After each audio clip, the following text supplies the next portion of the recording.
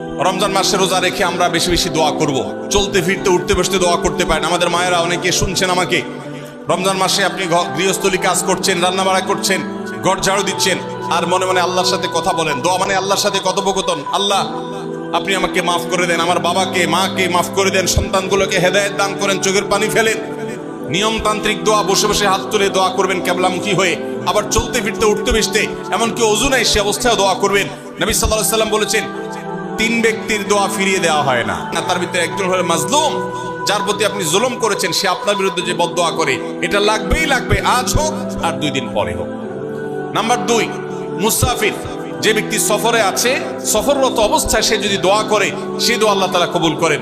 3 নম্বর হলো রোজাদার ব্যক্তি, as-সাইম হাত্তা ইফতির, রোজাদার ব্যক্তি সারাদিন ভর রোজা করলে, ইফতার আগ পর্যন্ত সারাদিন দোয়া করলে ইফতার আগ পর্যন্ত তার দোয়া কবুল হয়। এই জন্য রোজা রেখে আমরা বেশি বেশি আল্লাহর কাছে দোয়া করবো ইনশাআল্লাহ। চলতে ফিরতে উঠতে বসতে মনে মনে আল্লাহর সাথে কথা বললেন, চাওয়া দাওয়াকে পেশ করলেন, বাস এটাই হলো দোয়া।